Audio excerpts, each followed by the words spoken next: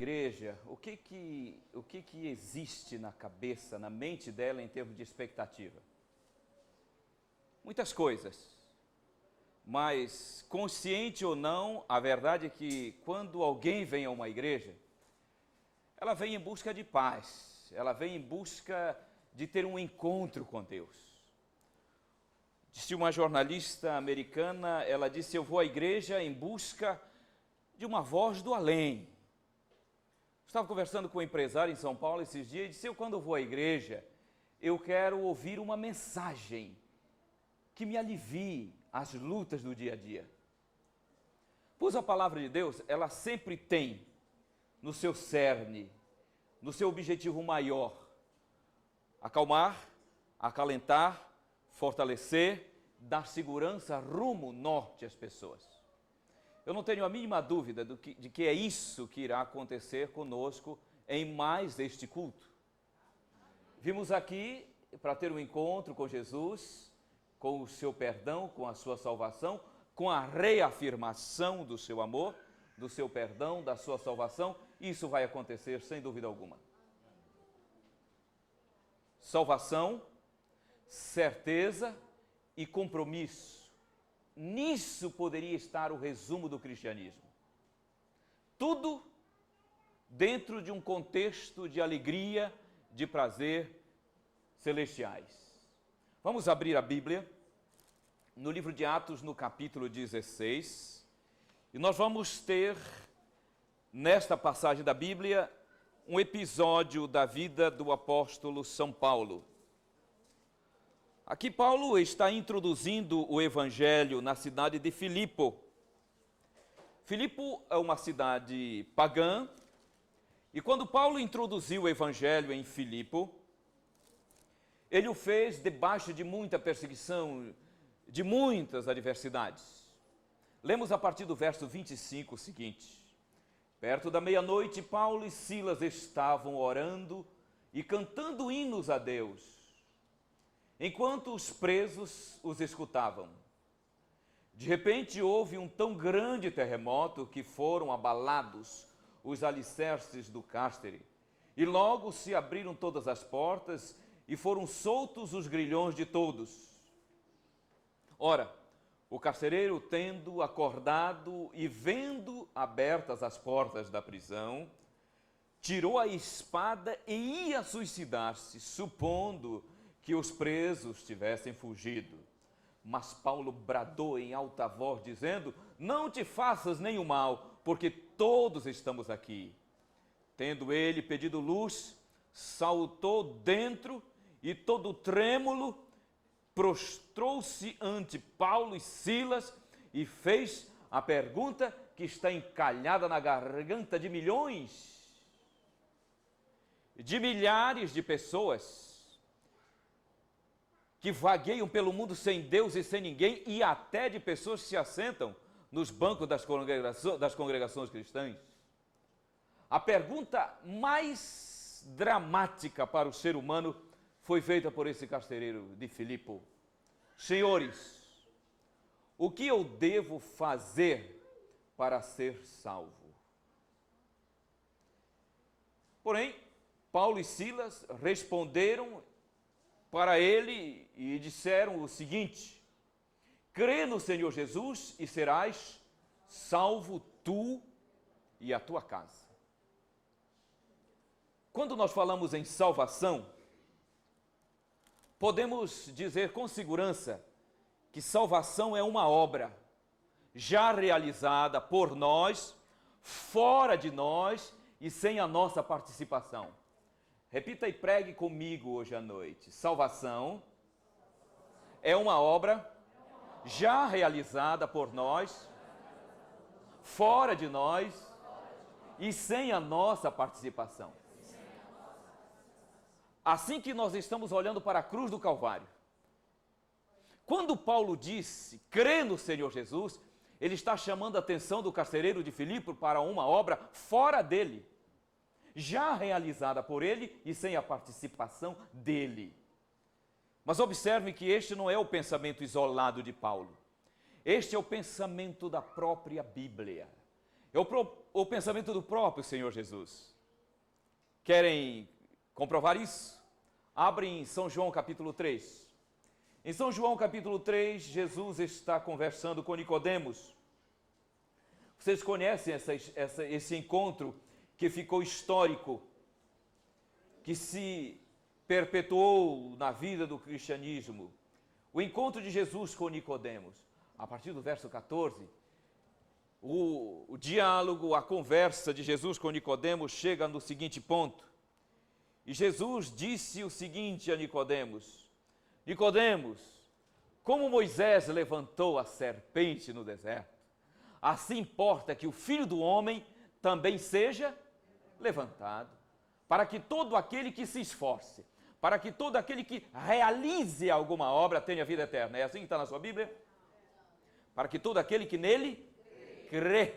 Olha, Jesus, com o mesmo raciocínio de Paulo, chamando a atenção de Nicodemos para a obra, fora dele, sem a sua participação e por ele.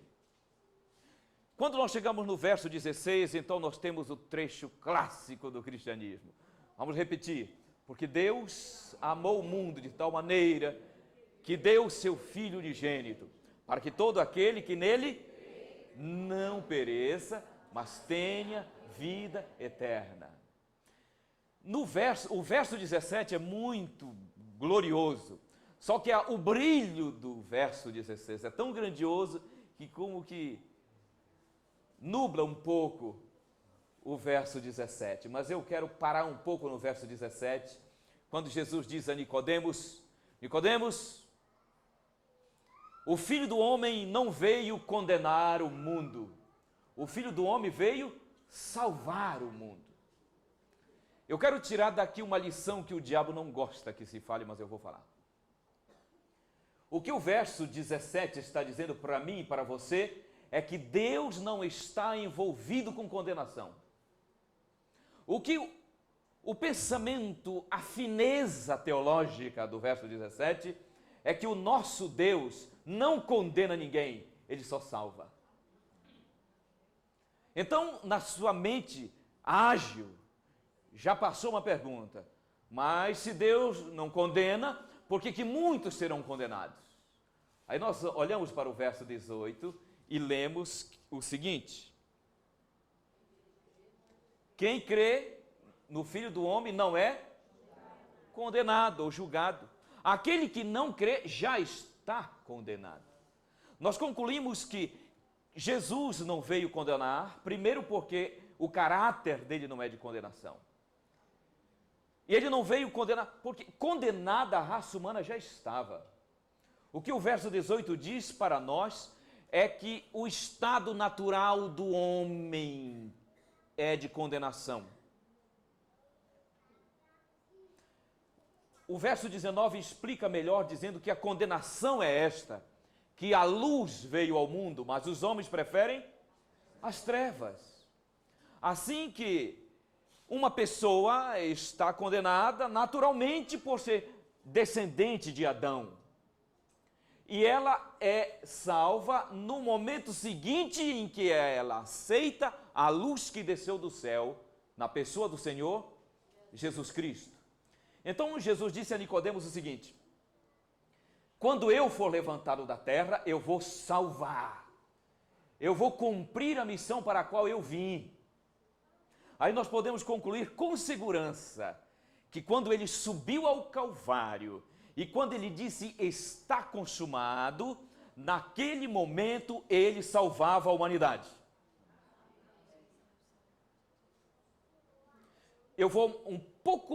Vamos mergulhar um pouco mais fundo dentro da doutrina da salvação. Vou ser um pouco mais ousado e dizer para vocês que quando Cristo morreu na cruz, quitou toda a dívida da humanidade, de fato ele salvou a humanidade. Assim que nós nem podemos dizer que a humanidade está perdida. Perdida a humanidade estaria se para ela não houvesse solução do problema maior que é o pecado. Agora nós podemos dizer isto sim, que a humanidade está desinformada. E o papel do Evangelho, em quaisquer das suas formas, pregada, cantada, falada ou vivida, é comunicar às pessoas que já existe salvação à disposição de todo aquele que crê. Amém? Então, a humanidade não está perdida, a humanidade está desinformada.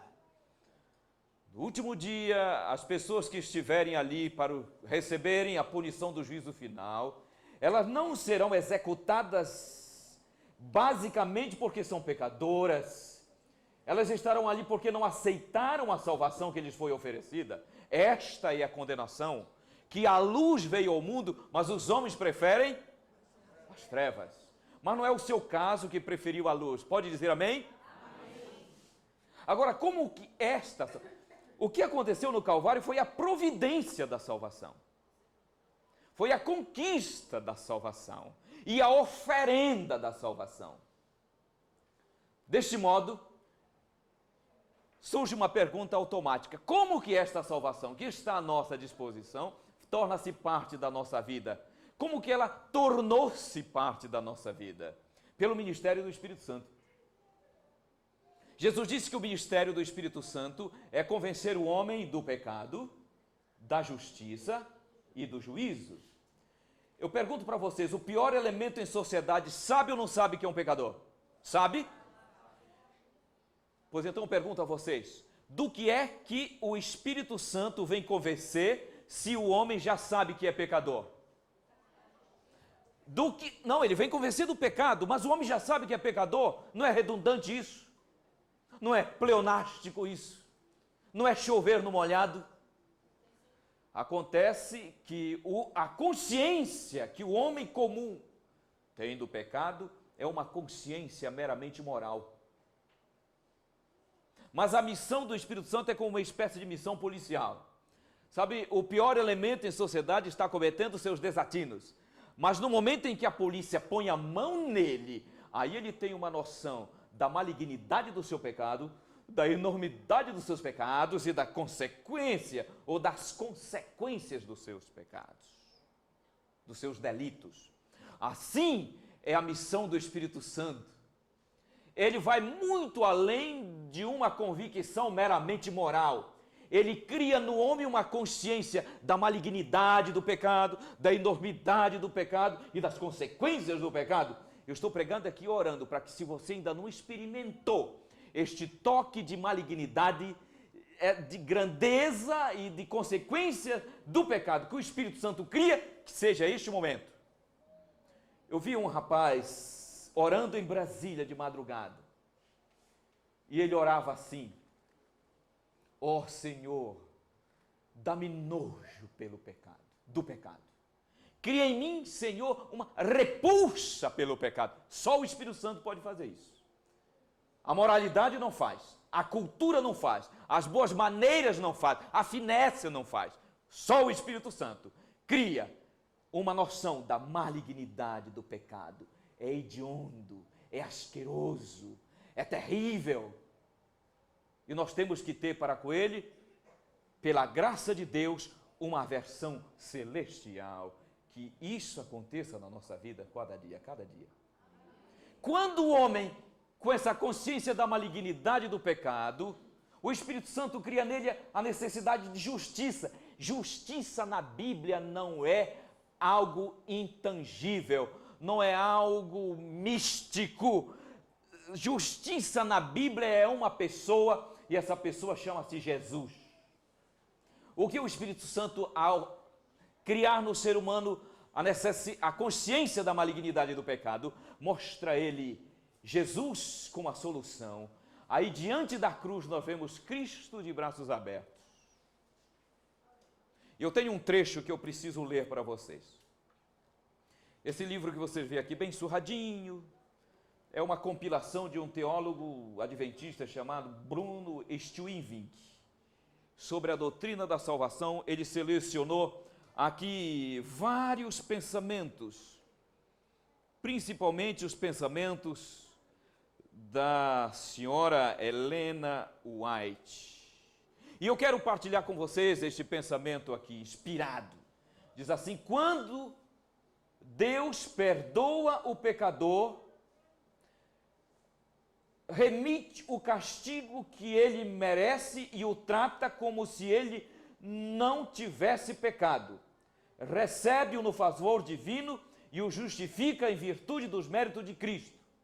Agora, o que mais interessa é este pensamento. Quando o pecador penitente, arrependido diante de Deus, discerne a expiação de Cristo, a obra por ele, fora dele e sem a sua participação, e aceita este sacrifício como sua única esperança nesta vida e na vida vindoura, seus pecados são perdoados. E aí vem a sentença maravilhosa: isto é justificação pela fé. Podemos concluir o seguinte: quando o pecador confessa os seus pecados a Deus, recebe o perdão de Deus, ele é declarado justo diante de Deus.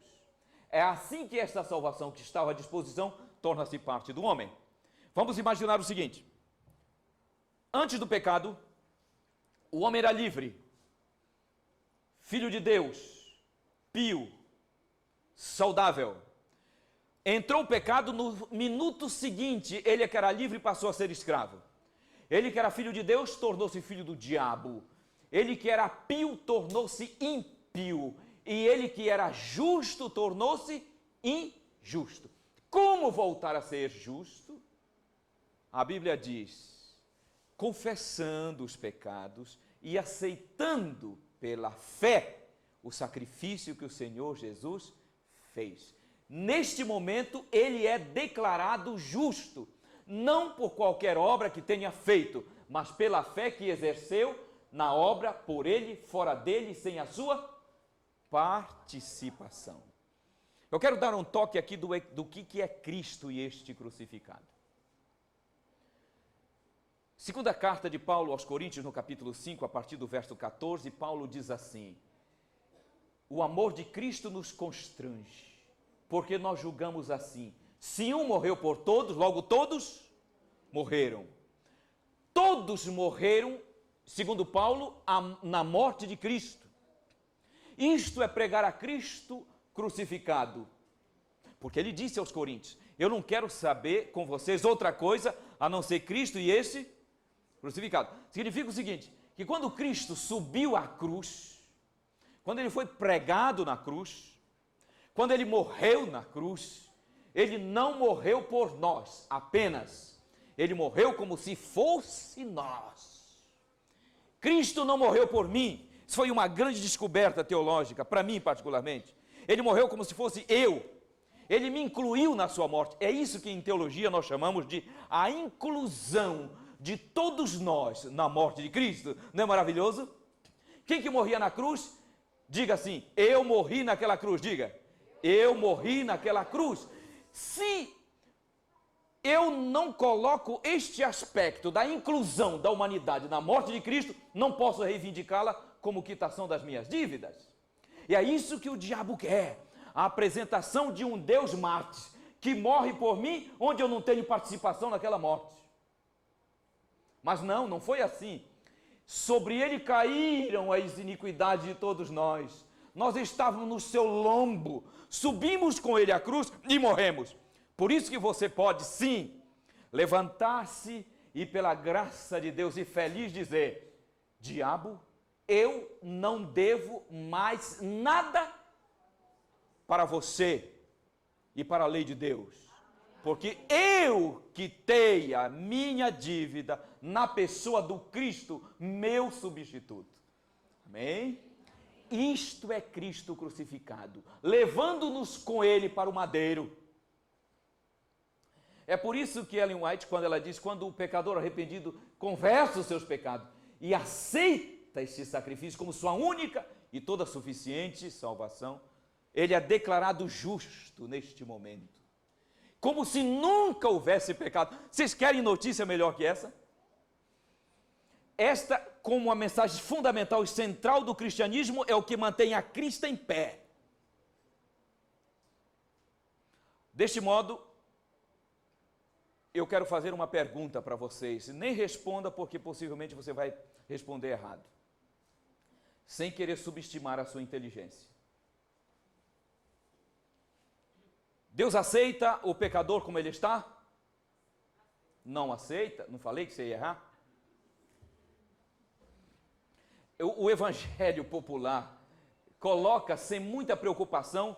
Eu vou fazer essa colocação exatamente para que nós tenhamos uma noção da seriedade do evangelho.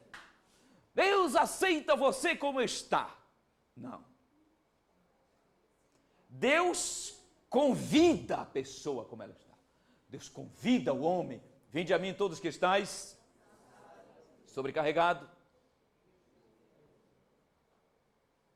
Podendo atualizar a mensagem, estafado, estressado, deprimido, traumatizado, venha, porque eu vou aliviar.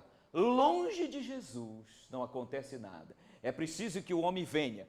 E ele vem pela atração da palavra, pregada, cantada, lida e principalmente da tua cara de felicidade, da palavra vivida. É que as pessoas vêm. Esse sermão é fraco. Ele não tem a 10ª força do sermão vivido por você, um cristão. Para as pessoas com quem você convive. Então, o homem é convidado a vir a Jesus como ele está. Mas, para ser aceito no reino, só tem um portão de entrada para o reino de Deus. Chama-se confissão e abandono de pecados. Mas eu pergunto, qual é o estúpido que vendo o seu Salvador verter sangue na cruz, vendo a santidade do céu na pessoa do Cristo e a imundície do inferno, da vida de transgressão, não vai deixar isso e correr para Jesus? Por isso que você veio, por isso que você foi atraído e aceitou, porque o céu é muito mais glorioso que o inferno, a obediência é muito mais prazerosa que a desobediência, a alegria do céu é muito mais gostosa que os prazeres efêmeros da vida atual, da vida terrena. Mas Deus não aceita o homem como ele está, ele convida.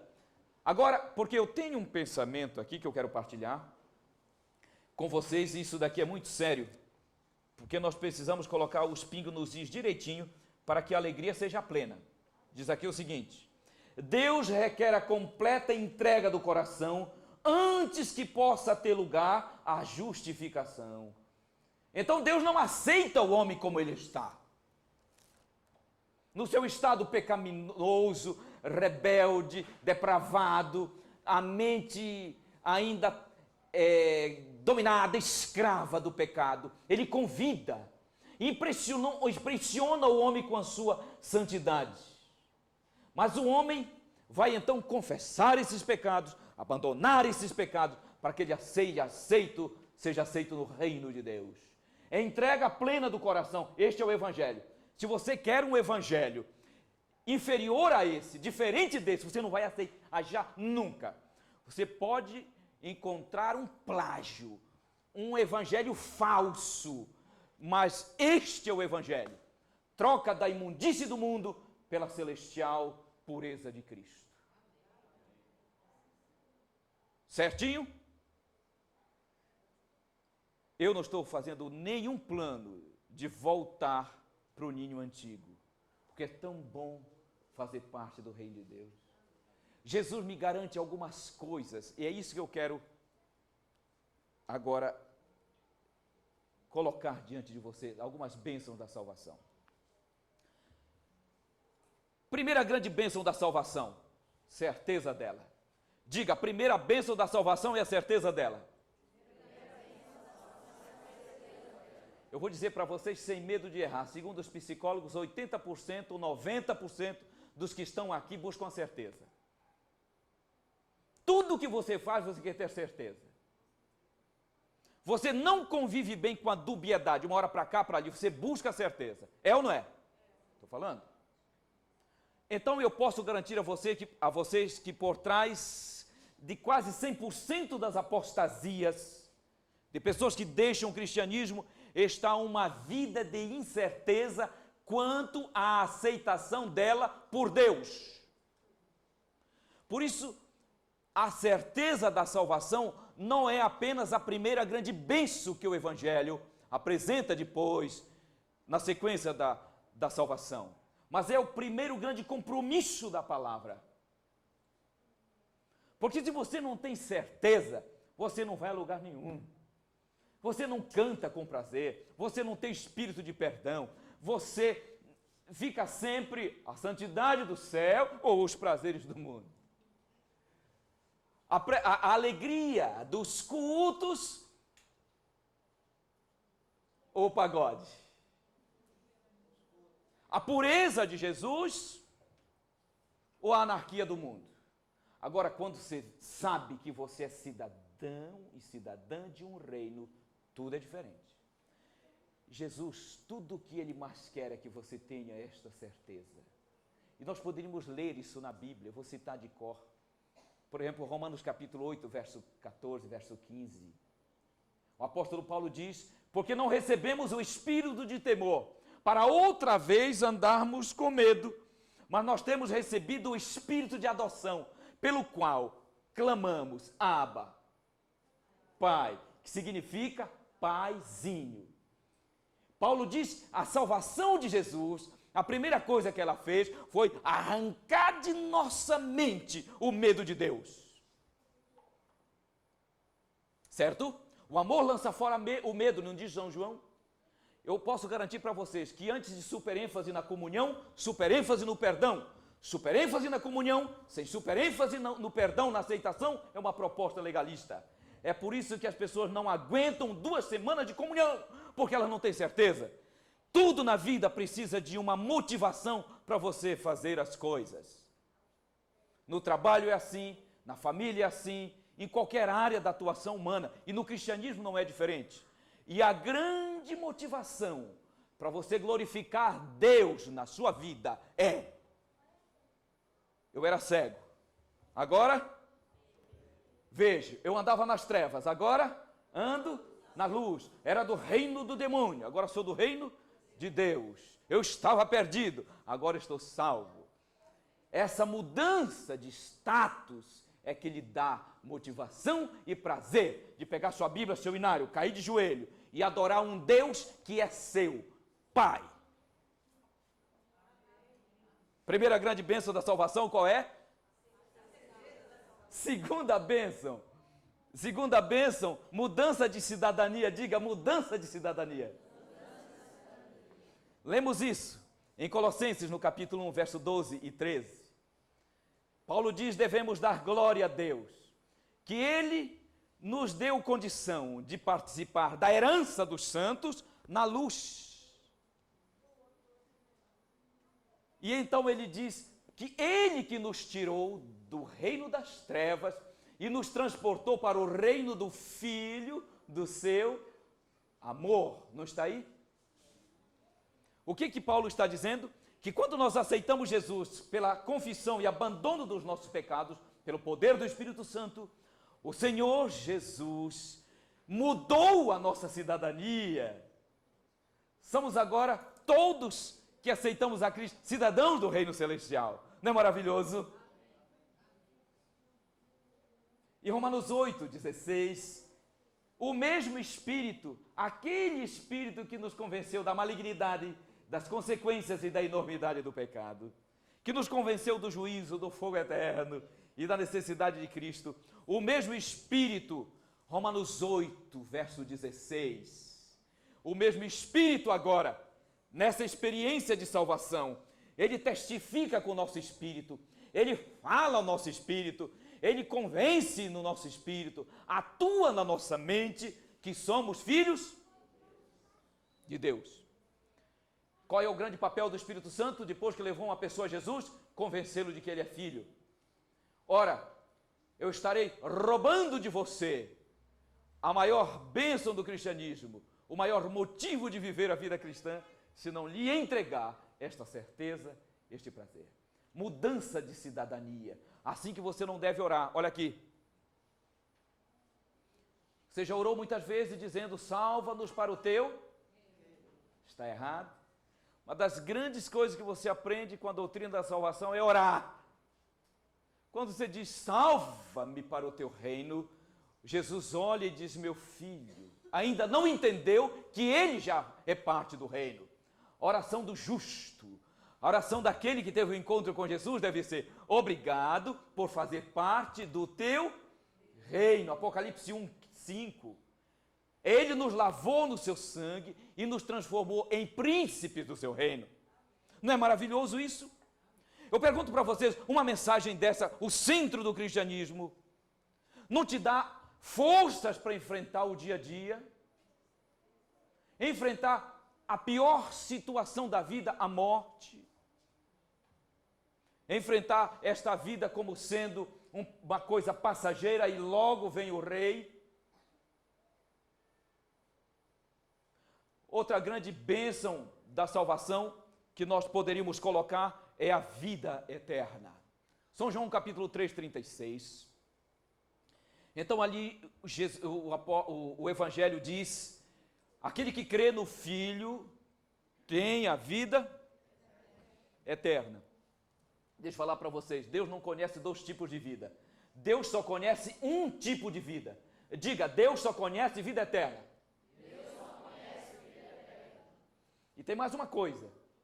Se você abrir a Bíblia na primeira epístola de João, e se você for voltando de Apocalipse, você acha mais rápido. Apocalipse e Judas já começam as epístolas de João. No capítulo 5 da epístola de João, a partir do verso 11, você vai ver algo maravilhoso que eu preciso para conceituar isso. E o testemunho é este, não está aí? Que Deus nos deu a vida, e esta vida está em seu. Quem tem o Filho? Quem não tem o Filho? Esta coisas vos escrevo, a vós que credes no Filho, para que saibais que tendes. Então, olha aqui, Deus não apenas quer que você encontre a salvação, abrace e receba. Ele quer que você tenha certeza disso. Ele não quer apenas que você tenha essa experiência gloriosa da vida eterna pulsando no seu peito. Ele quer que você saiba disso. Cristianismo vai a lugar nenhum sem essa certeza. São pessoas do rosto comprido, fechado, amarguradas, ranzinzas. 30, 40, 50 anos de banco de igreja e não vibra com as coisas de Deus. A volta de Jesus, em vez de causar expectativa, causa pânico. Quando se prega sobre os eventos finais, em vez da pessoa ficar alegre, as perninhas como é que ficam. Por quê? Cadê a motivação maior que a certeza, a experiência gloriosa? Não tem. Pois Jesus quer que você tenha. Vamos dizer assim que a situação quase que trágica é uma igreja que, sendo salva, não sabe disso. E os pastores, nós sabemos disso. Com quanta frequência nós estamos assistindo alguém que está aí cara a cara com a morte e não tem certeza da salvação?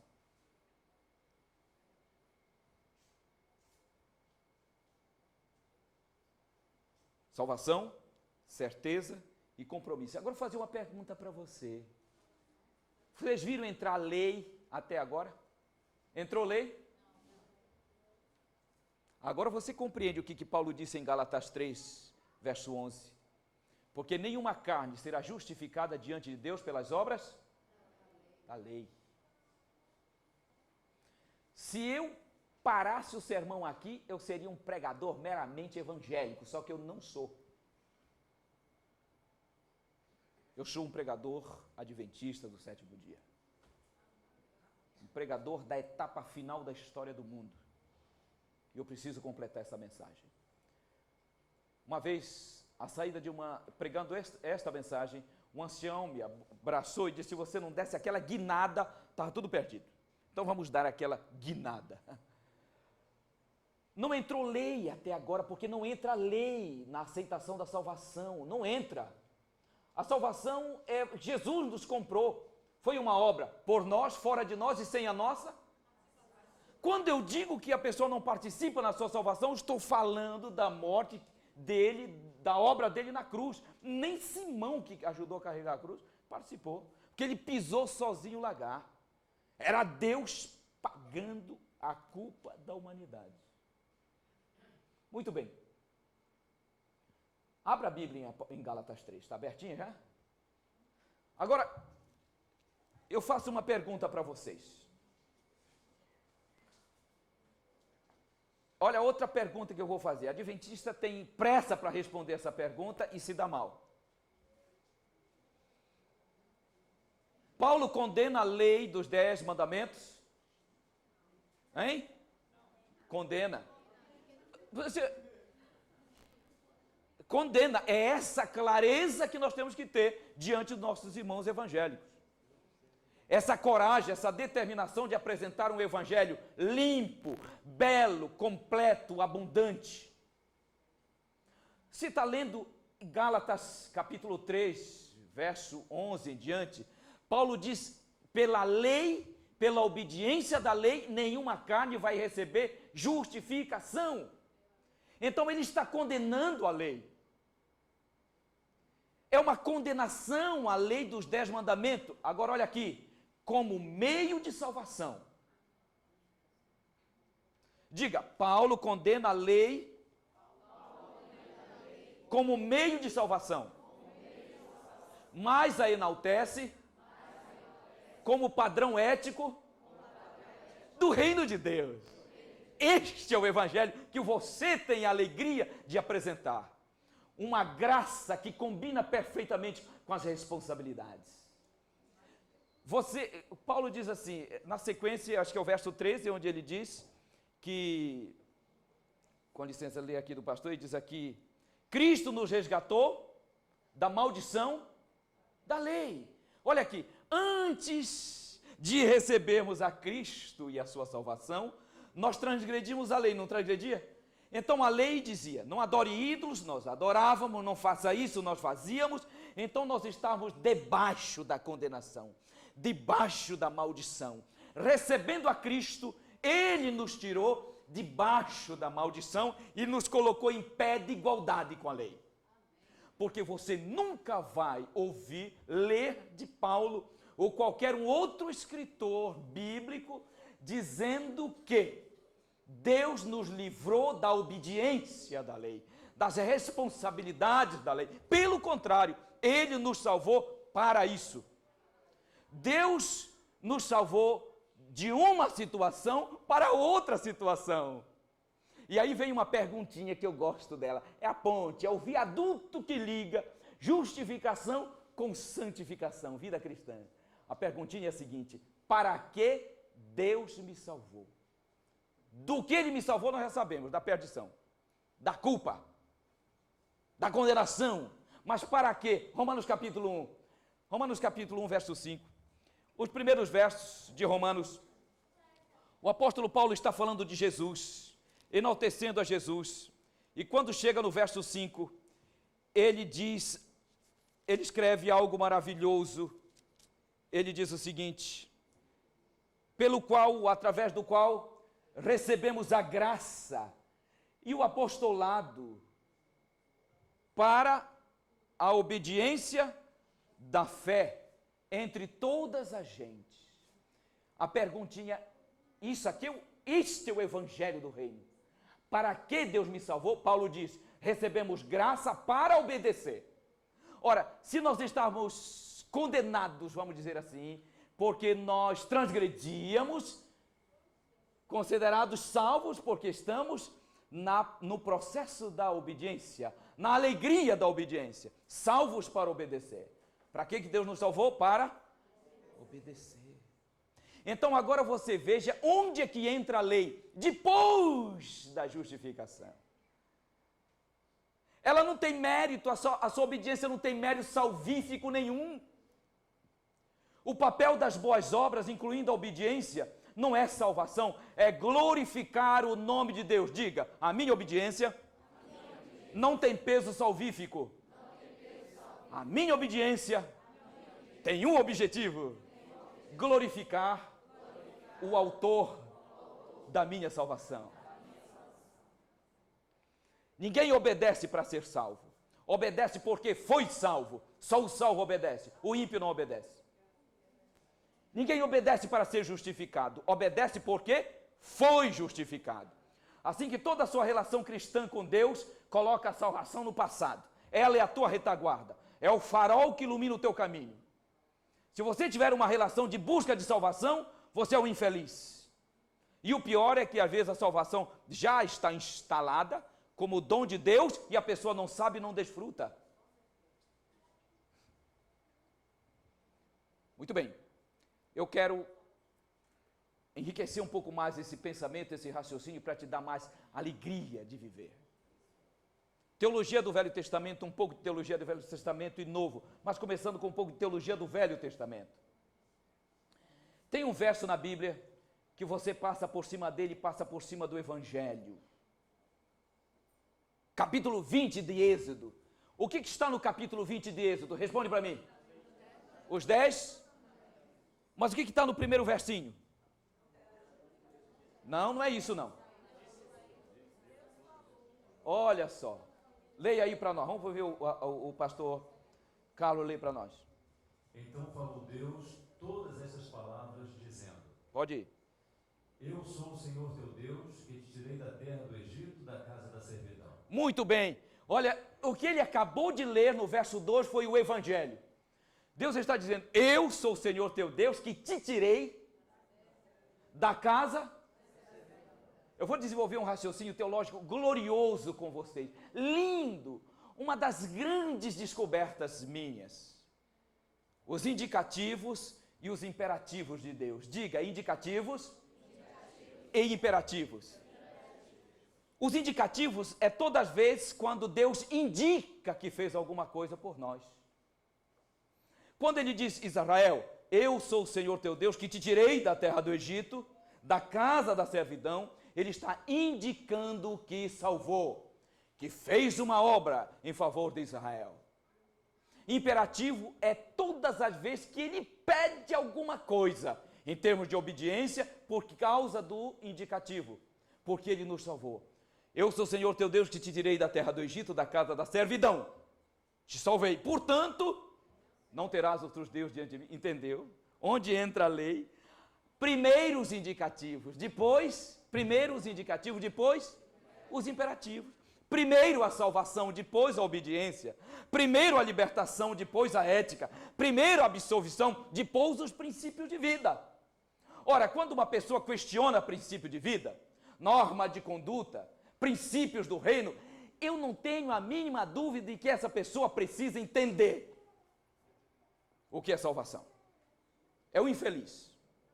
Não conheço uma pessoa que, tendo uma visão gloriosa dos indicativos de Deus na sua vida, questiona os princípios. Porque o carcereiro fez uma pergunta: o que eu devo fazer para ser? Paulo disse: nada, aceite o que já foi feito. Agora Paulo, quando levantou daquele tombo na estrada de Damasco, ele levanta como justo, porque ele teve uma visão do Cristo, e ele pergunta: Senhor, que queres? Esta é a pergunta do justo. Uma pessoa que se levanta da perdição, ela se levanta e pergunta o que para Jesus? Que queres que eu faça? Não para obter a salvação, não para conquistar a salvação, mas para glorificar o teu nome. Vamos passear pela Bíblia. Todos vocês vão entrar comigo agora no helicóptero. Entramos, um grande helicóptero. Vamos dando um passeio, começamos em Êxodo 20. São João capítulo 8. Jesus e a mulher pecadora. Ele olha para ela e diz: eu não te... Indicativos ou imperativos? Indicativos.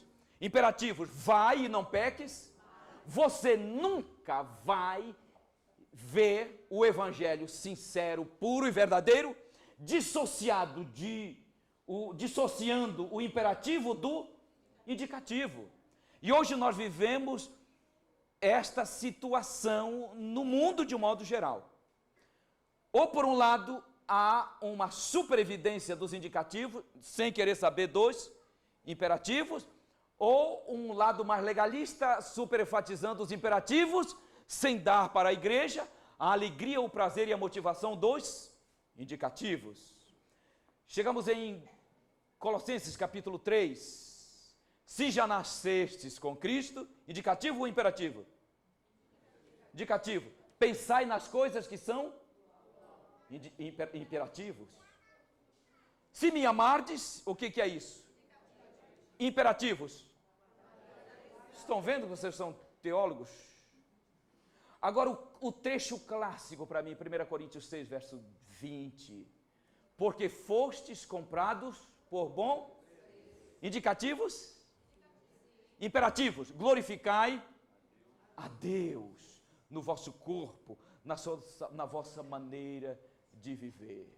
A primeira consagração de uma pessoa a Deus é a consagração completa. Romanos 12. Consagrai tudo a Deus, porque Ele salvou. É o sacrifício vivo que é melhor do que o morto. O sacrifício, a influência viva, na expressão dos olhos, facial, no sorriso, no cumprimento de um sacrifício vivo. Por quê? Fomos comprados por bom? Imperativos, glorificai a Deus. Esta é a mensagem central da Bíblia. Central da Bíblia. Os imperativos de Deus têm na lei dele a concentração de tudo. Mas nunca devemos olhar para imperativos desprovido dos indicativos, porque então não teremos condições nenhuma de observá-los, nem teremos prazer. Mas como o salmista diz, eu tenho prazer na tua lei, nela eu medito de dia e de noite. É para este nível de cristianismo que o Senhor está chamando a sua igreja, entendemos? Uma igreja que não duvida. Você não vem à igreja para outra coisa, senão para celebrar o nome de Deus. Quem vem à igreja para buscar alguma bênção de Deus, são as pessoas que ainda não tiveram um encontro com Jesus. Efésios 3 diz que em Cristo Jesus nós temos todas as bênçãos. Então, o que Deus quer é que a congregação dos salvos, dos perdoados, dos justificados, das pessoas que têm uma noção dos seus indicativos, se reúnam para aprender como ser melhor uma bênção. Então, quando nós nos reunimos, nós vamos cantar: perdido eu em triste dor, foi que Jesus, e com a luz do seu amor as trevas, eu alegre vou na sua luz. Porque agora Cristo conduz. Desde que me achou da morte, me livrou, ando sempre alegre, Cristo me salvou. Salvo eu estou. Este é o pensamento psicoemocional que deve reger a igreja de Deus nesta última hora. É um pensamento inspirado que diz: vestidos com a justiça de Cristo, a igreja vai entrar na etapa final. Trajados como exército, como bandeira. Feliz, contente, avançando, esmagando a besta, a sua imagem, o seu nome, o número do seu nome, e vendo finalmente o Jesus aparecer em glória e majestade. De todos os cristãos no mundo, disse Ellen White, deve ser os adventistas os que mais exaltem a Cristo e este crucificado. Erguei o homem do Calvário e haverá seiva na pregação, seiva na vida, alegria na vida. É para este nível que o Senhor está nos chamando. O Senhor não brinca de salvar, meus irmãos. Quando Ele salvou para valer. Desde que a confissão e o abandono de pecados tenha sido à disposição sua, mental. E isso foi criado por uma visão da cruz. Paulo diz, é a bondade de Deus que nos conduz ao arrependimento, e a sua bondade foi manifestada em Cristo Jesus. Fanny Crosby escreveu a poesia do hino 209. Remido fui por seu sangue. Eu quero que a pianista venha ao piano.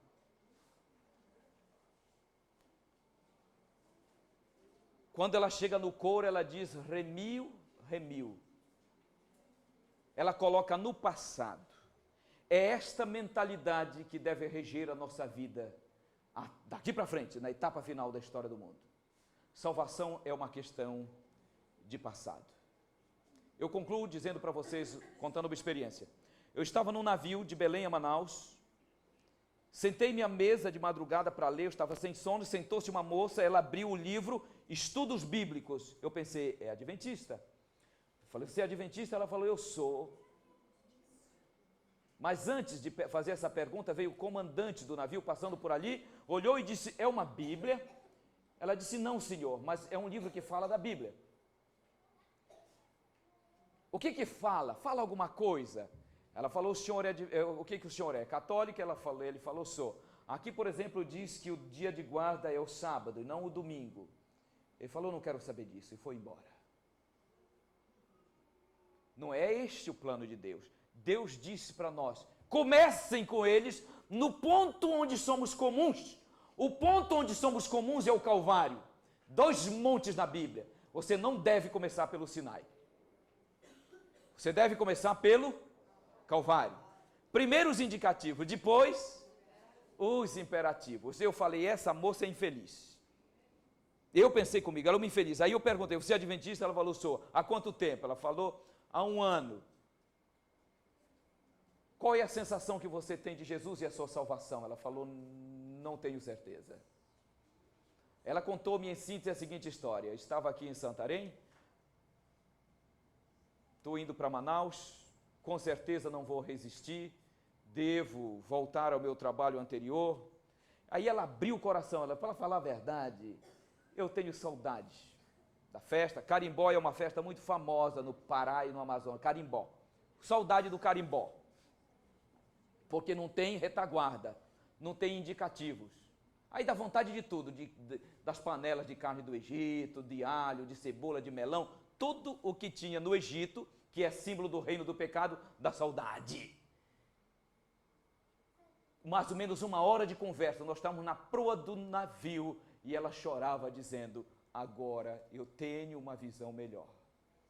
Eu estava terminando de fazer uma palestra para um grupo de jovens em Fernandópolis, no interior de São Paulo, carnaval, feriado de carnaval. Engraçado, quando eu terminei, um moço levantou-se e disse, agora sim. O que ele queria dizer com agora sim? Eu tenho razão, eu tenho motivo, eu tenho alegria, e este, você não tenho dúvida, é o grande enfoque da pregação adventista, sempre foi. Talvez nós não tivéssemos captado toda essa glória, mas esta geração de pregadores há de conduzir essa igreja ao ponto final. Todo o carinho pelos nossos que nos antecederam, os nossos pioneiros que fizeram da obra de Deus o que ela é hoje, mas hoje nós temos que dar este tom do Evangelho eterno e preparar o mundo para a breve volta de Jesus. Que Deus nos guarde nesta sua salvação, até o dia em que vamos vê-lo em glória e em majestade. Amém.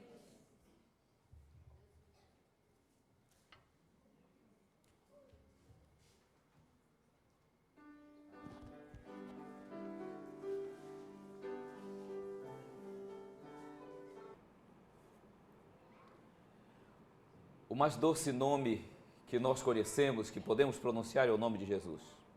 O universo inteiro, quando fala esse nome, se curva. Um dia nós vamos não apenas poder falar, vamos poder abraçar a sua pessoa.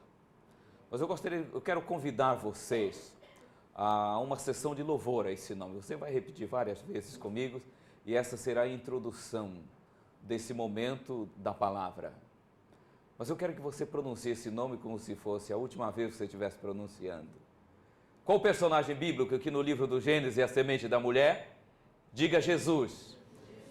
Qual personagem bíblico que no livro do Êxodo é a coluna de fogo e de nuvem guiando o povo pelo deserto? Jesus. Qual o personagem bíblico que no livro de Levítico é o cordeiro pascal? Jesus. Qual o personagem bíblico que no livro de Números é a serpente de metal? Qual personagem bíblico que no livro de Deuteronômio é o profeta semelhante a Moisés? Jesus. Qual personagem bíblico que no livro de Josué é o príncipe dos exércitos do Senhor? Jesus. Qual personagem bíblico que no livro de Juízes é aquele que fala com Manoá, o pai de Sansão? E quando Manoá, impressionado pela sua presença, diz, qual é o teu nome? E ele diz, por que perguntas o meu nome? Se é maravilhoso? Qual o personagem bíblico que no livro de Ruth é o nosso parente mais chegado? Qual o personagem bíblico que no livro de Samuel é o Senhor que fala com Samuel? Qual o personagem bíblico que no livro de Esther é o nosso Mardoqueu? Qual o personagem bíblico que no livro de Jó é o Redentor que por fim se levantará? Qual o personagem bíblico que no livro de Salmos é o nosso pastor? Eu quero que você vibre mais. Qual é o personagem bíblico que no livro de Provérbios e Eclesiastes é a sabedoria de Deus? Qual o personagem bíblico que no livro de Cantares é o nosso noivo?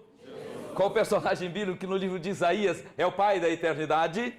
O príncipe da paz? Qual o personagem bíblico que no livro de Jeremias é o Senhor justiça nossa? Qual o personagem bíblico que no livro de Ezequiel é o homem entre as morteiras? Qual o personagem bíblico que no livro de Daniel é o quarto homem na fornalha? Qual o personagem bíblico que no livro de Jonas é o nosso Jonas? Qual o personagem bíblico que no livro de Ageu é o desejado de todas as nações? Qual o personagem bíblico que no livro de Miqueias é aquele cujas saídas são desde os tempos eternos? Qual o personagem bíblico que no livro de Malaquias é o nosso lavandeiro e o ourives que está burilando o nosso caráter? Qual o personagem bíblico que no livro de Mateus é o nosso Salvador? E qual o personagem bíblico que no livro de Marcos é o Filho do Homem?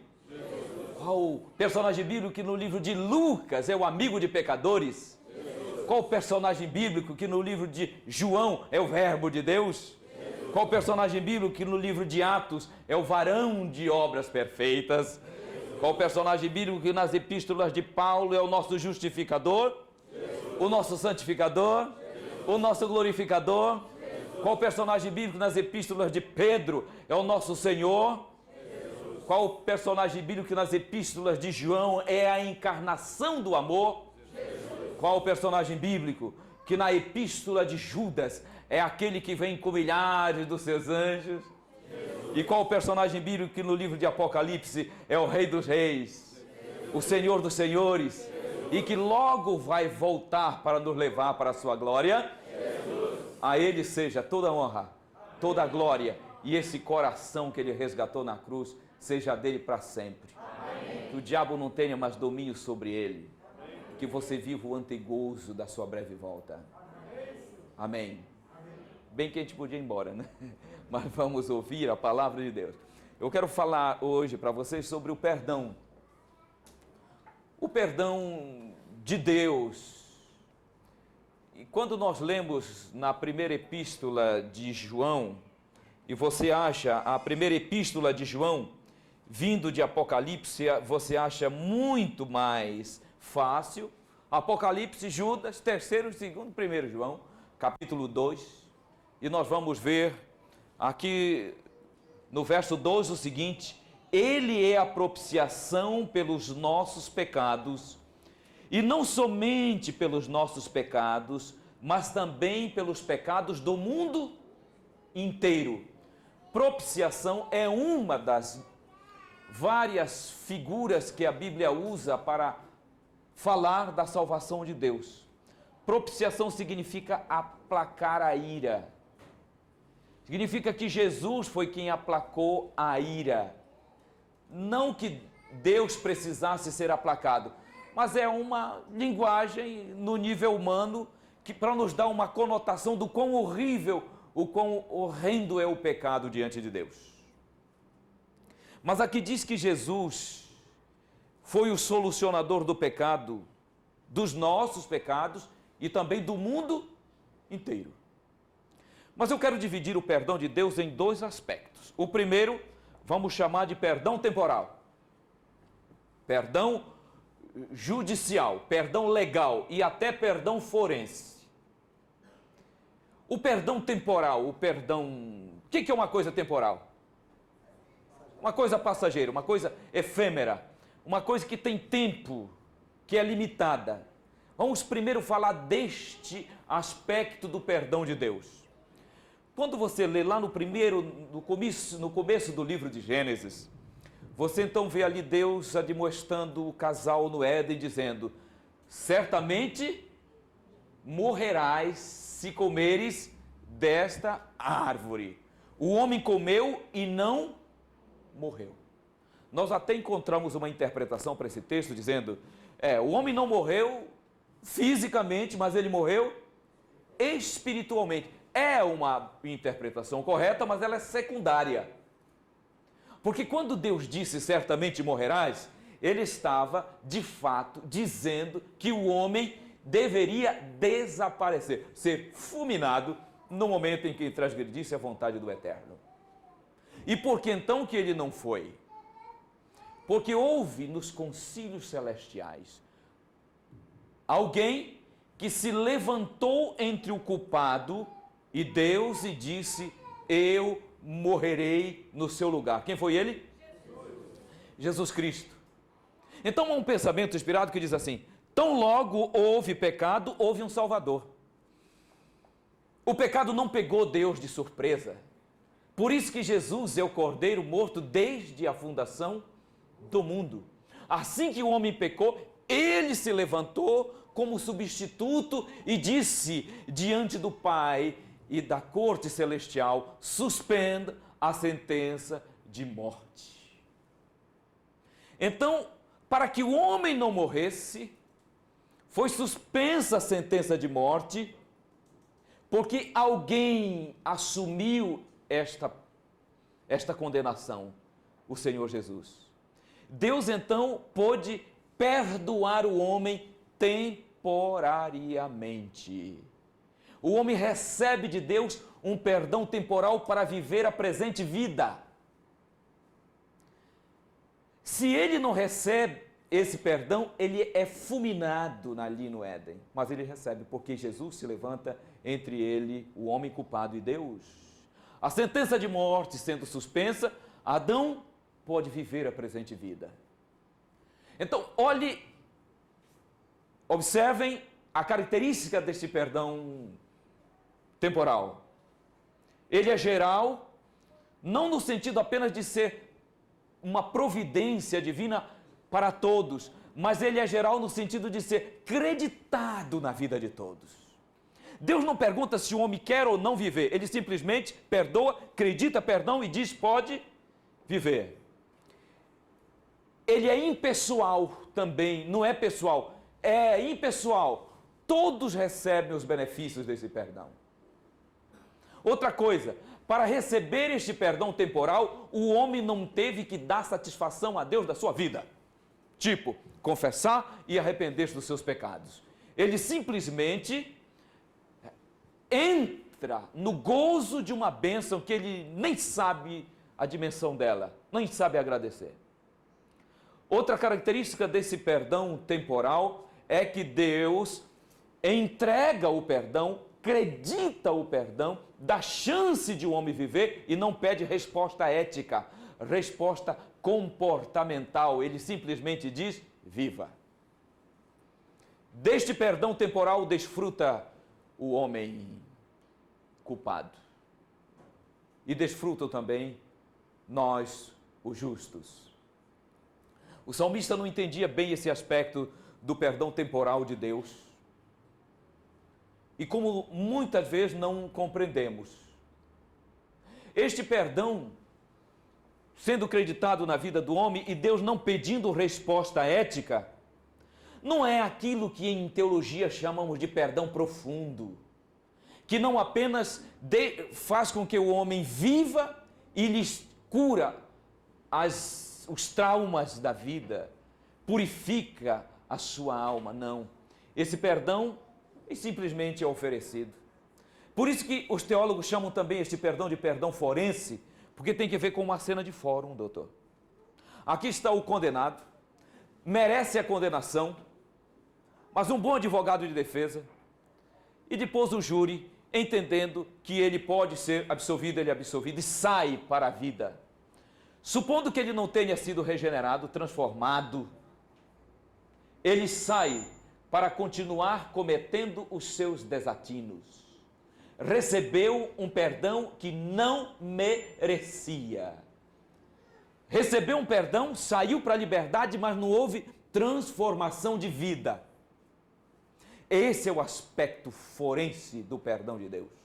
Quando ele diz para o homem, viva, sem questionar se esse homem vai ou não mudar de atitude, mudar comportamentalmente falando, parar de transgredir a sua lei. Simplesmente deixa o homem viver. Salmo 73, o salmista não entendia bem isso.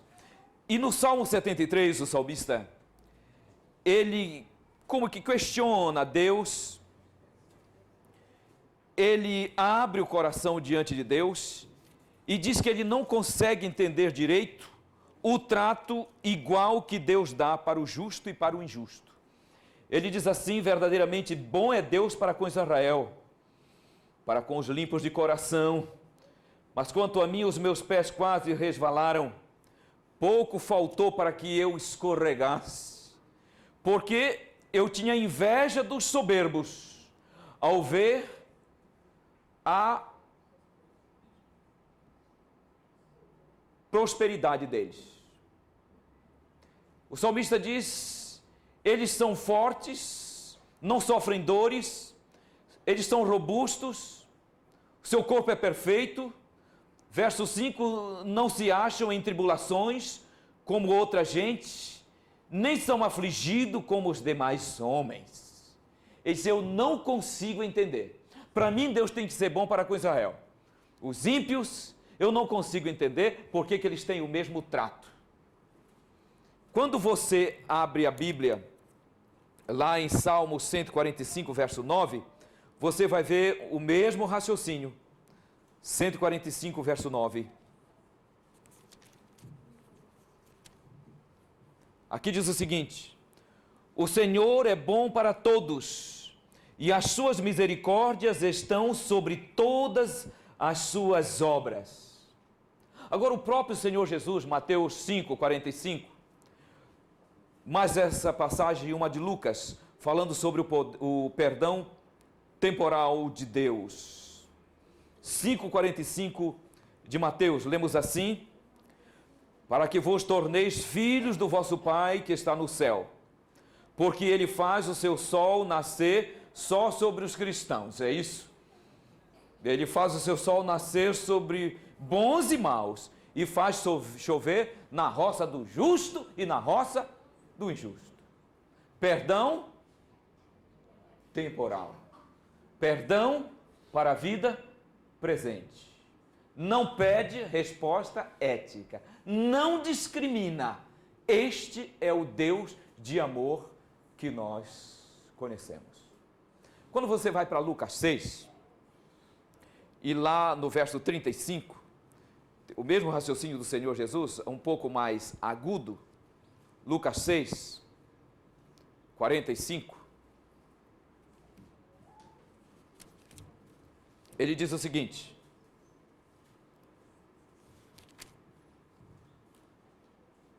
amai, porém, os vossos inimigos, fazei bem e emprestai, nunca desanimando, e grande será a vossa recompensa, e sereis filhos do Altíssimo, porque Ele é benigno até para com os ingratos e maus.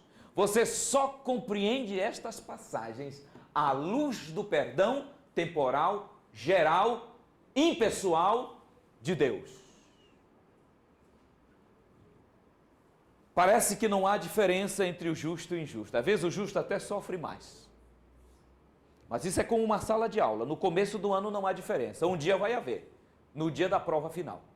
Mas eu garanto para você que quem saiu da dimensão do perdão temporal para o perdão da vida eterna, já desfruta nesta vida uma diferença. Ele sente uma diferença muito maior.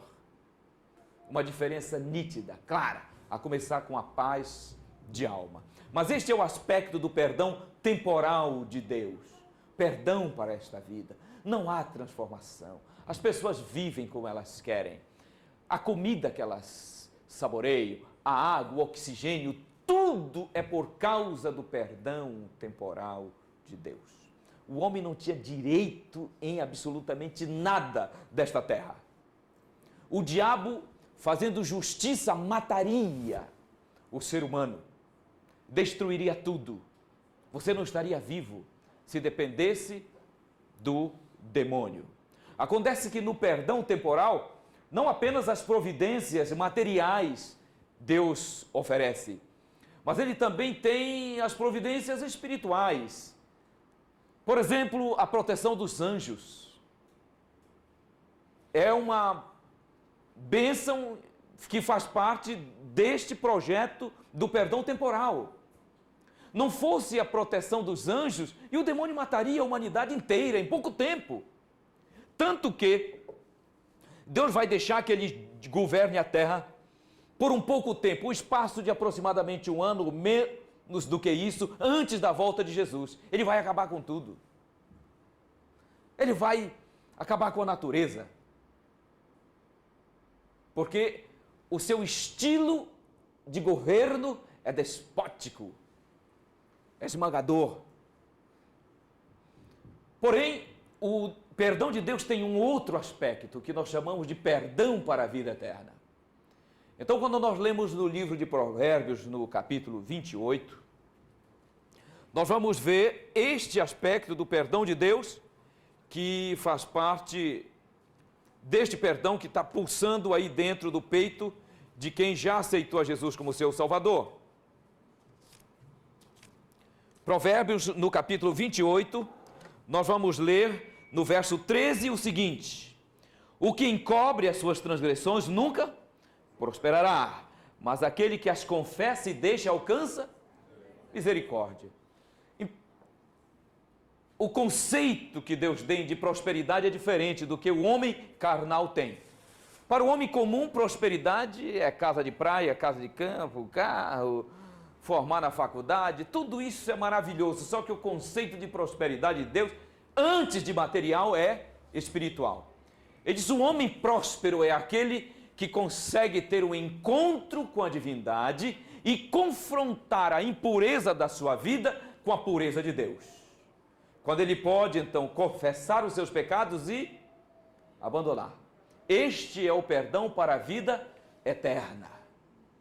Este perdão para a vida eterna foi providenciado pela morte de Cristo na cruz. Eu vou abrir um espaço aqui para falar em 2 minutinhos sobre reconciliação, para nós pegarmos o conceito teológico de reconciliação e colocarmos dentro do perdão de Deus. O que reconciliação pressupõe?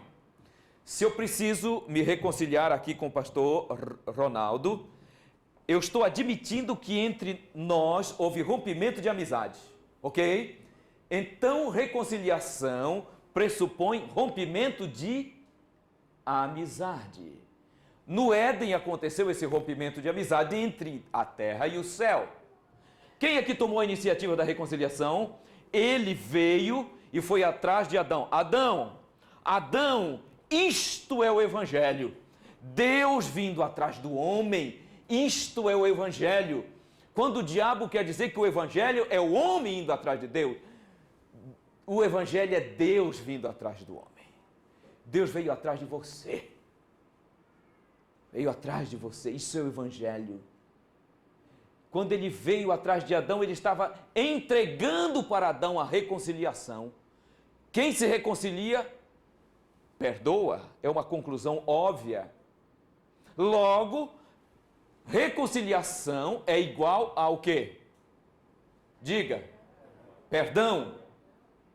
Na cruz, esta reconciliação foi ratificada, carimbada, confirmada. Assim que Paulo diz em 1 Coríntios, 2 Coríntios, capítulo 5, verso 14 em diante, ele vai falando da reconciliação. Ele diz que Deus estava com Cristo reconciliando consigo o mundo. Se na cruz o Senhor Jesus entregava a reconciliação, ele entregava perdão. Na cruz Deus perdoou o homem, pôde perdoar o homem, porque quitou o seu pecado. Se existe uma tese na doutrina da salvação, é que pecado não se perdoa. Diga, pecado não se perdoa. Pode falar, a gente fica até com medo de falar, não é? Diga, pecado não se perdoa. Eu vou reforçar ainda mais. Diga, Deus não perdoa pecados. Está com medo de falar? Diga, Deus não perdoa pecado. Deus perdoa pecadores. Reforça esse conceito teológico. Pecado não se perdoa. Pecado se paga. Assim que quando Deus veio atrás de Adão, ele vinha trazendo o seu perdão, porque já havia decidido como Deus que quitaria o pecado do homem. Então você vai dirigindo, né? A 150 por hora. Aí o guarda para. Sua habilitação, sua identidade, ok? Preenche tudo. E você começa a implorar, né? Ai, seu guarda, é uma reunião que eu tenho, é um parente que está doendo, não tem conversa. Se esse guarda é fiel à lei, ele vai multar. Porque pecado não se perdoa, pecado se paga. Aí o guarda ficou com dó de você. Você contou uma história dramática. Ele disse, eu gostaria de ter um contato com você. Você me consegue o seu telefone? Anotou. Mas vá um pouco mais devagar, companheiro. Você está multado. Você espera a multa na sua residência e não chega. E depois de algum tempo, toca o telefone, você atende para sua surpresa. Alguém diz assim, como é que é seu nome? Walter. Eu sou o guarda que multou você naquele dia, lembra? Lembro sim, seu guarda. Ô Walter, você lembra que por mais que você rogasse, eu não perdoei você, o seu pecado, a sua transgressão. Ok? Eu estou te telefonando, no entanto, para te dizer que eu quitei a tua dívida. Em vez de colocar o teu endereço, eu coloquei o meu. A sua dívida veio para mim, eu assimilei, tinha condição de quitar, quitei a tua dívida e eu estou telefonando para dizer que agora eu posso perdoar você. Foi isso que Jesus fez. Pecado não se perdoa. Pecado? Deus não perdoa pecado, mas seja ele para sempre louvado. Pôde perdoar o pecador porque quitou a nossa dívida. Bem claro? Assim que o que aconteceu na cruz foi a conquista de uma salvação, foi a quitação de uma dívida. Quando ele disse na cruz, está consumado, do grego tetelestai, que significa está pago, que significa está quitado, que significa está sem efeito. O brado de Jesus, a melhor tradução seria a seguinte, e ele, inclinando a cabeça, rendendo o espírito, disse, Pai, está sem efeito o pecado da humanidade. Eu acabo de quitar. E esse é o centro da mensagem da Bíblia. Toda a palavra de Deus, do Gênesis ao Apocalipse, nada mais é do que uma carta dele dizendo, eu quitei o seu pecado. O teu pecado está quitado. Não deves mais absolutamente nada. Diante de uma oferenda, eu só tenho duas reações. Ou eu aceito ou eu rejeito. E quem se perder, vai se perder, não porque será basicamente pecador, mas porque não aceitou a oferenda de Deus. Desse modo, eu quero convidar vocês a dar um mergulho para a gente encontrar mais alegria na doutrina da salvação, na doutrina do perdão. Escuta o que eu vou dizer. Perdão não se pede. Perdão de Deus não se pede. Perdão de Deus se aceita. Diga, perdão de Deus não se pede. Perdão de Deus se aceita. É pleonástico, é redundante você pedir algo que já lhe foi oferecido. Eu digo aqui, como é que é teu nome aqui? Luiz? Diga assim, o pastor Muniz, tem essa Bíblia para mim? Não, eu vou chegar e vou dizer, Luiz, você está olhando minha biblinha, está cobiçando, né? Está querendo a biblinha, eu vou dizer, essa Bíblia é sua, é só de brincadeirinha. Essa Bíblia é sua. Eu já estou lhe dando a Bíblia, aí você vai e diz, pastor Muniz, pode dar essa Bíblia para mim? Fale. Pastor Muniz, pode dar essa Bíblia para mim? Mas eu já estou te dando, filho. É a mesma coisa que acontece com, ó Senhor, perdoa os nossos pecados. Perdão, o perdão de Deus está quitado, na mente dele não existe culpa da humanidade. Ele resolveu o problema da humanidade. Ou nós aceitamos ou nós rejeitamos. Nós que estamos aqui aceitamos o perdão. Você pode dizer um amém bem gostoso? Amém. Agora você que é rápido no pensamento está dizendo, e por que ele disse perdoa as nossas dívidas? Já pensou, não pensou? Já pensou, sabe? Por quê? Eu vou dizer para você. Foi para nos socorrer emocionalmente que o Senhor disse, nos ensinou, perdoa as nossas dívidas. Porque o pecado roubou de nós mais de 90% da nossa capacidade mental. E hoje está comprovado pela psicologia que 80% de vocês que estão aqui buscam a certeza. Muitos dos que estão aqui ouvindo esse sermão sobre o perdão, na quarta-feira já vão ter uma crise de dúvida. Será que está ou será que não está? 80, 90% das pessoas querem a reafirmação sempre do perdão de Deus.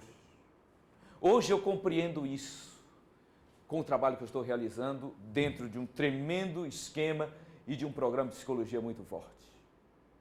Foi para socorrer essa debilidade mental que o Senhor disse peça perdão. Porque ele sabia que se você não pedisse perdão, você não teria paz de alma. E um rapazinho disse, ao ouvir essa mensagem, ele diz assim, sabe por que também eu acho, pastor? É porque é boa educação, né? Para você pedir perdão para quem você ofendeu. Eu falei, tá bom, tem esse lado ético, social, vamos dizer assim. Mas a verdade é que é para nos socorrer emocionalmente que ele nos mandou pedir perdão. Continue pedindo perdão, mas com esse conceito teológico de que o perdão de Deus é o oxigênio que você respira. Ele cobre a terra inteira. Não é maravilhoso? Assim, que este perdão de Deus, a semelhança do perdão, o perdão para a vida eterna, a semelhança do perdão temporal, ele é geral, só que não é acreditado na vida de todos. Ele é bênção providenciada, mas não é bênção acreditada. Ele tem uma condição para se desfrutar. Ele exige confissão e abandono de pecados. E aqui está o evangelho sério. Eu me propus ser um pregador sério quanto ao evangelho, não enganar ninguém. E dizer para vocês, fazendo uso das palavras do Dr. Matt Lloyd Jones, grande pregador da Abadia de Westminster, 30 anos.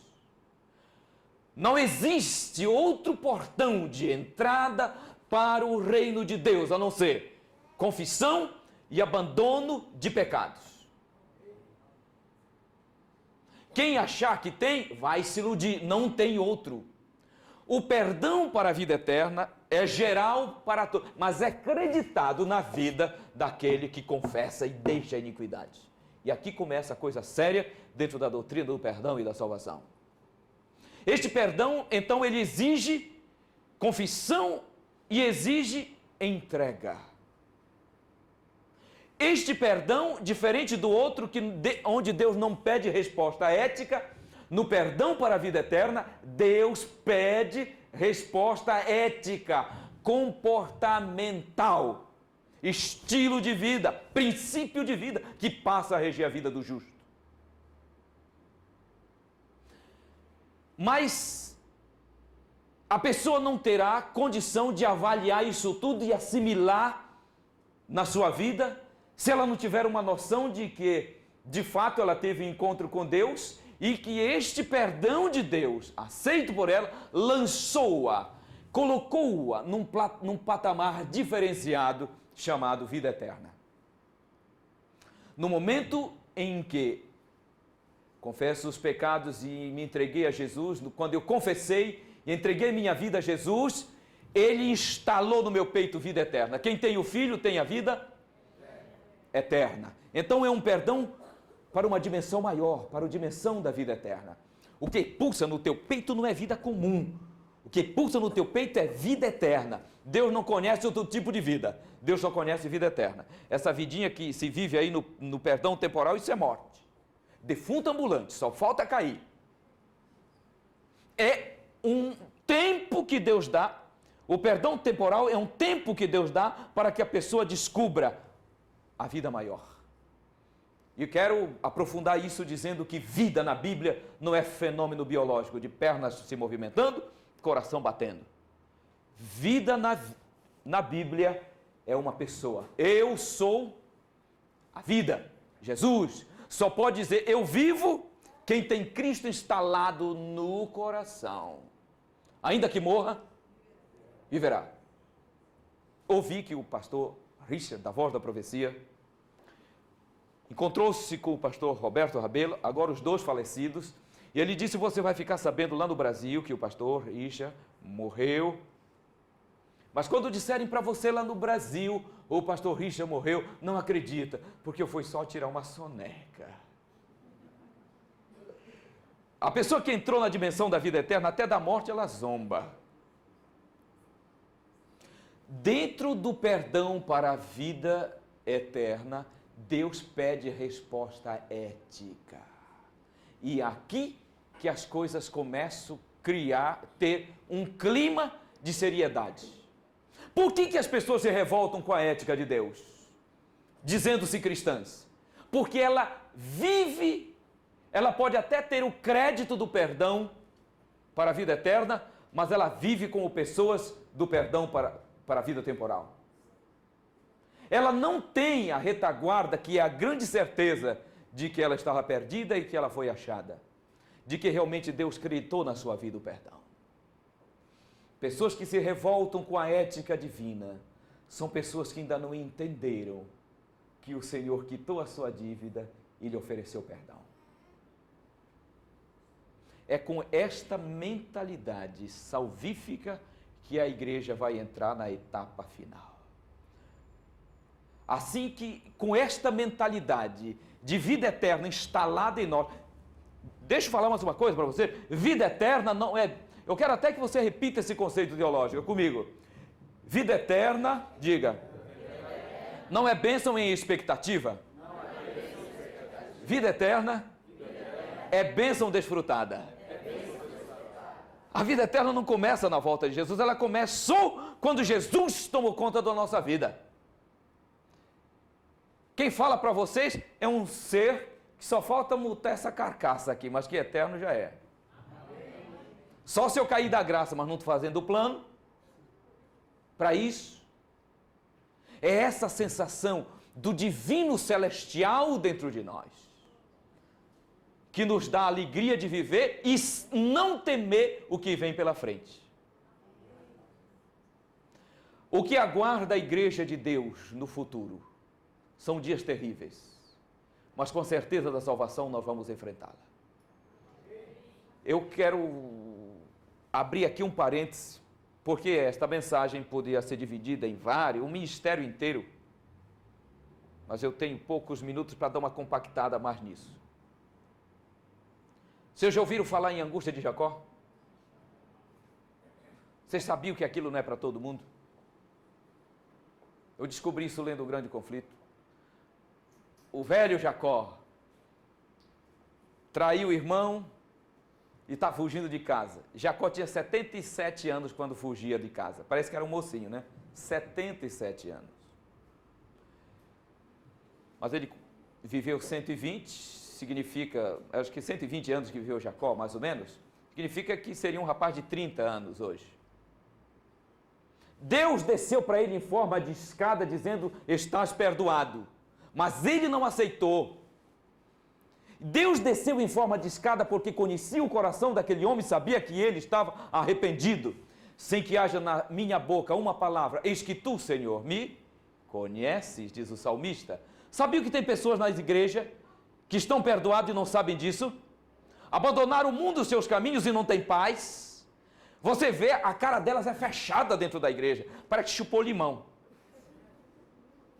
Não canta com prazer, são sempre ranzinzas, nervosas. Eu vou trabalhar um pouco mais um aspecto do perdão de Deus que vai pegar a gente lá no âmago. Pois então Jacó não aceitou o perdão que desceu, apesar de ter sido creditado na vida dele. Jacó viveu mais 20 anos e agora está no Vale do Jaboque. É aquele pecado, Senhor, que não foi perdoado. E diz que Jacó é um tipo da igreja na etapa final. Eu não quero esse Jacó na minha vida. A angústia de Jacó terá dois aspectos: físico, a angústia física e mental. A física vai ser inevitável: fome, demora, cansaço e frio. Agora, estou não perdoado? Eu não quero este aspecto da angústia de Jacó. E as pessoas que me ouvirem, as pessoas que estão aguardando a volta de Jesus e os eventos finais que me ouvirem, só se não quiserem escapar dessa angústia que não vão escapar. O livro Grande Conflito diz assim: aqueles que não exercem fé hoje neste perdão glorioso é que terão essa angústia. Só aprenderão no meio de uma angústia a confiar no perdão de Deus. Não é hora de confiarmos no perdão de Deus? Que Ele não está brincando de salvar, que Ele salvou para valer? Esta é a mensagem adventista. Uma mensagem que liberta, coloca na plataforma da salvação, dá segurança, muda a estrutura psicoemocional e até biológica das pessoas para que elas se aplumem para a etapa final. Assim que quando se fala em angústia, tempo final, escatologia, tempo do fim, alguns pregadores meio espalhafatosos, metendo medo nas pessoas, eu diria para vocês que uma igreja que tem na retaguarda a certeza do perdão para a vida eterna, não teme evento final. Porque as mensagens finais, elas são apenas o senso de urgência do que vai acontecer. A igreja tem certeza para onde ela vai, para onde ela caminha. Então essa história de angústia de Jacó não é para todos. Porque tem pessoas, por mais que os pregadores, por mais que os pastores falem, elas ainda vão entrar na angústia de Jacó com incerteza. E vão ser levadas para o céu e só vão perder essa dúvida quando ver Jesus voltando. Então vão ter que aprender ali que, ora, o livro Grande Conflito diz que essas pessoas, elas retrocedem na sua vida e querem achar algum pecado para confessar e não acham, porque não tem pecado para confessar. Os pecados foram liquidados quando o seu nome dos vivos passou no juízo. Não tem e para que essa angústia? Tudo que Jesus quer é que você viva um cristianismo feliz desde agora, e o que vem pela frente, deixa que venha pela frente, com a certeza de que você sabe para onde vai. 1 João capítulo 5, verso 11 a 13 diz: o testemunho é este, que Deus nos deu a vida eterna, essa vida está no seu Filho. Quem tem o Filho tem a vida, quem não tem o Filho não tem. Mas essas coisas vos escrevo, a vós que credes no Filho de Deus, eu escrevo para que vocês saibam que vocês têm a vida. Deus não quer que você tenha vida eterna através do perdão, confissão do pecado, ou receba o perdão para a vida eterna. Ele quer que você saiba disso. A maior responsabilidade da pregação, a primeira responsabilidade da pregação é inculcar isso assim, ó, dentro do coração da igreja, até que a igreja ande em certeza, caminhe garbosa, na certeza de que eu era morto, agora eu vivo. É para esse patamar de segurança que o Senhor quer nos levar. E eu vou agora partindo para a etapa final da mensagem, dizendo que o perdão de Deus não é apenas uma promoção para um status de vida eterna para filhos de Deus. O perdão de Deus tem uma ação, uma atuação curadora. Eu preciso ler esse pensamento, que está aqui no livro de Bruno Stiving, que é um teólogo, acho que é peruano, mas o Bruno diz o seguinte, um pensamento que está por aqui, eu acho que está fácil de achar, falando do perdão de Deus, ele colocou aqui um pensamento que não é dele, um pensamento de Ellen White, onde ela diz o seguinte, eu preciso achar isso daqui, o perdão de Deus não é apenas um perdão judicial, é um perdão que tem que ver com a purificação da alma.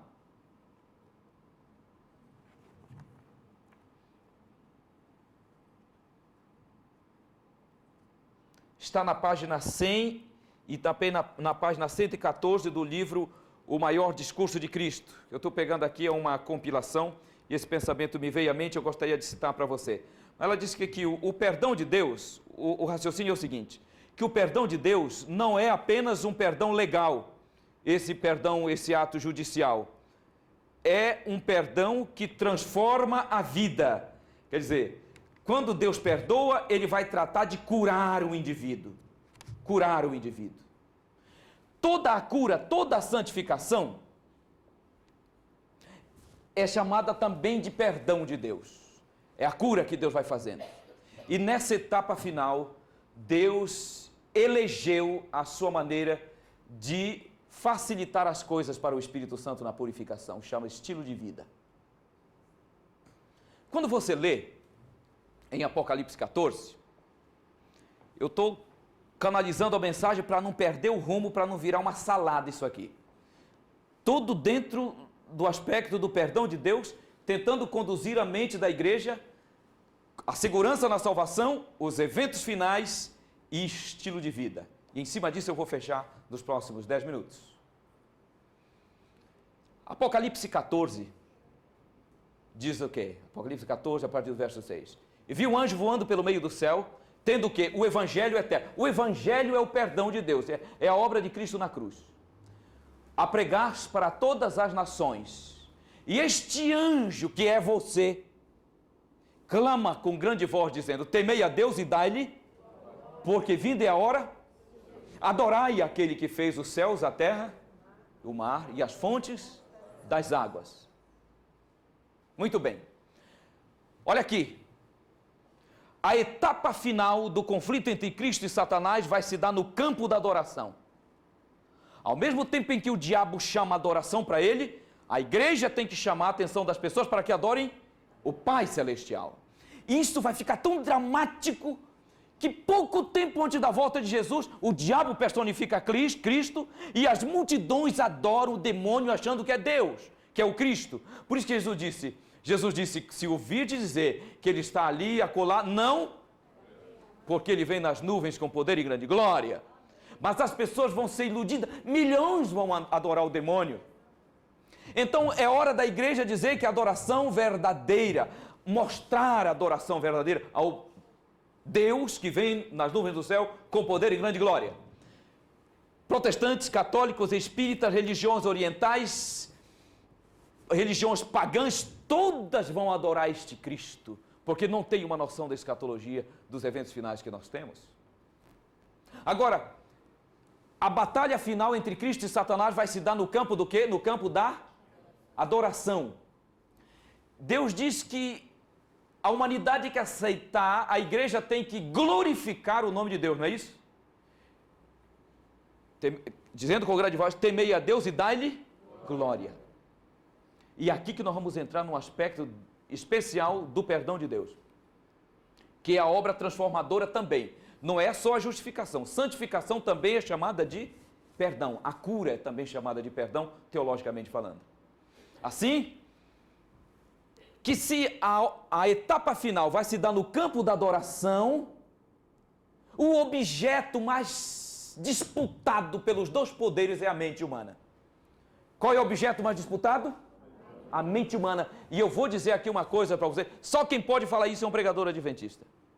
E ninguém mais, nenhum outro pregador, não tem luz para falar sobre isso. Os pregadores adventistas são os únicos que pregam a unidade, o aspecto inseparável da mente e do corpo. E a ciência está hoje tocando nesse aspecto, dando mais força à pregação adventista. O campo é a adoração, a mente é objeto de disputa. Ouça o que eu vou dizer. Tanto o diabo como Deus só tem uma maneira de domínio da mente. O diabo usando a intemperança e Deus usando a temperança. Entendemos isso? A cura, o perdão de Deus, para que nós reflitamos a imagem plena de Jesus, passa necessariamente pelo caminho da temperança absoluta nesses últimos dias. Porque antes de 1860, Deus preparava o seu povo para morrer bem. Esse conceito teológico não é meu, é de um teólogo da África do Sul. Eu quero dar o crédito para ele. Só me fale o nome. Antes, Deus queria preparar o seu povo para morrer bem. Ok? Então, com o estilo de vida montado em cima de Levítico 11, dava para conduzir o povo até a sepultura, ou até fugindo de Levítico 11. Aceitava a Cristo como seu Salvador, sinceramente falando, na hora da morte, quem sabe, todo o teu lado, Senhor, aceita o teu sacrifício, eu quero o céu, vai para a sepultura e vai ressuscitar. Só que nós vivemos a etapa final da história humana. Nós vivemos a etapa final. Onde Deus não quer preparar você para a sepultura, Deus quer preparar você para a transladação, diga amém. Amém. É diferente preparar um crente para a sepultura e preparar outro para a transladação. A mente necessariamente passa por esse processo de estudo e de atenção.